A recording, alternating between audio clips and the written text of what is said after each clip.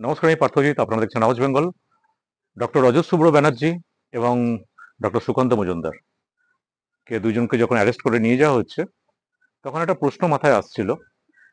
সেটা হচ্ছে যে এই রজত ব্যানার্জিকে অ্যারেস্ট করা হলো কেন? ডক্টর, যিনি দীর্ঘদিন প্রবাসে রয়েছেন, দীর্ঘদিন এনআরআই চিকিৎসক ব্রিটেনের, এবং শুধুমাত্র এই কারণে যে কেলগ কলেজে ওনার বিরোধিতা করে উনি পোস্টার প্রদর্শন করেছিলেন। আর তারপর আরেকটা ঘটনাও সামনে আসছে, সেটা হচ্ছে যে উনি কিন্তু প্রতিবাদ করেছিলেন আরজি করের যে অভয়া কে মারা হয়েছে, মেরে দেওয়া হয়েছে নৃশংসভাবে, সেটারও প্রতিবাদ করেছেন এবং দুনিয়ার সামনে উনি সামনে নিয়ে এসেছিলেন।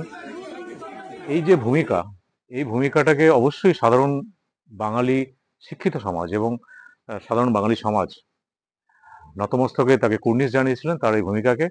কিন্তু সেই ব্যক্তিত্বকে হঠাৎ করে তুলে নিয়ে যাওয়া, হ্যারাস করা এবং মেডিকেল কাউন্সিল থেকে তাকে নোটিশ পাঠানো যে সে অ্যানাস্থেসিস্ট নন, অথচ ওখানে প্র্যাকটিস করছেন, এমবিবিএস বলে নথিভুক্ত আছেন, অথচ উনি কোনো 30 বছর ইংল্যান্ডে প্র্যাকটিস করেছেন, রিটায়ার হয়েছেন। এতদিন পরে এসব কেন?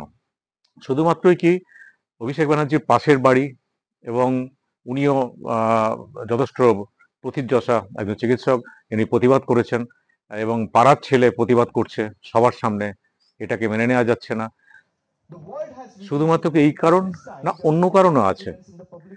আমরা একটু আলোচনা করে নিই। সেটা হচ্ছে যে অপারেশন সিন্দুরের পরে যখন বিভিন্ন জায়গাতে প্রতিনিধি দল পাঠানো হচ্ছে, সেখানে কিন্তু অভিষেক ব্যানার্জিকেও কিন্তু তৃণমূল থেকে পাঠানো হয়েছিল এবং অবশ্যই মালয়েশিয়া এবং বিভিন্ন যে দেশগুলো আছে সেখানে পাঠানো হয়েছিল এবং তাকে বলতে হয়েছিল পাকিস্তানের এগেনস্টে।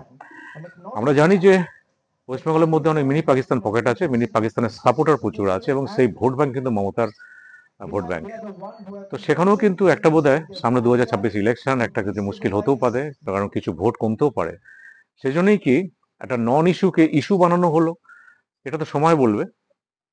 আপাতত আমরা অবশ্যই ডক্টর রজত ব্যানার্জির যেই প্রতিবাদী যে কণ্ঠস্বরকে কুর্নিশ জানাই এবং ডক্টর সুকান্ত মজুমদার বিজেপি রাজ্য সভাপতি এবং অবশ্যই উনি শিক্ষা বিভাগের সেন্ট্রাল মিনিস্টার, ওনাকেও যে এইভাবে হ্যারেস্ট করা হলো তারও প্রতিবাদ জানাচ্ছি।